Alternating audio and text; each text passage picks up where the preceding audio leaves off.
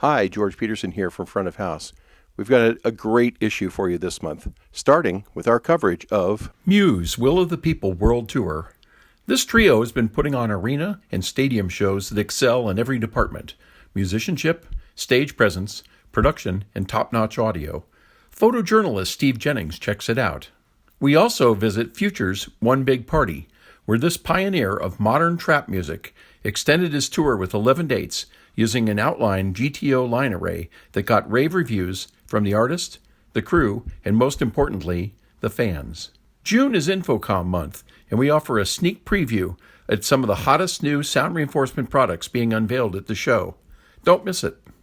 The push continues for upgrades in the church sound market. We visit some installs where musicality, full coverage, and vocal intelligibility are all important. We go backstage at the latest work of Andrew Lloyd Webber.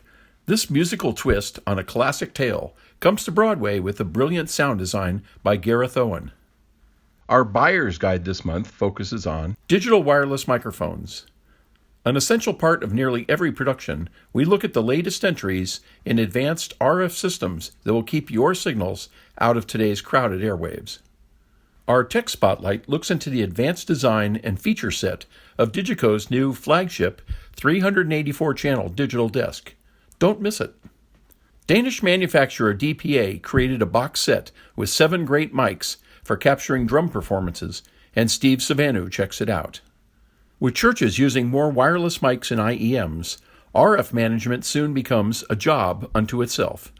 John McJunkin looks at the issue from a worship perspective. There's a lot more in this month's issue of Front of House, whether you read it online, in print, or with our way cool, free iPad edition. But wherever you go, whatever you do, don't piss off the sound guy.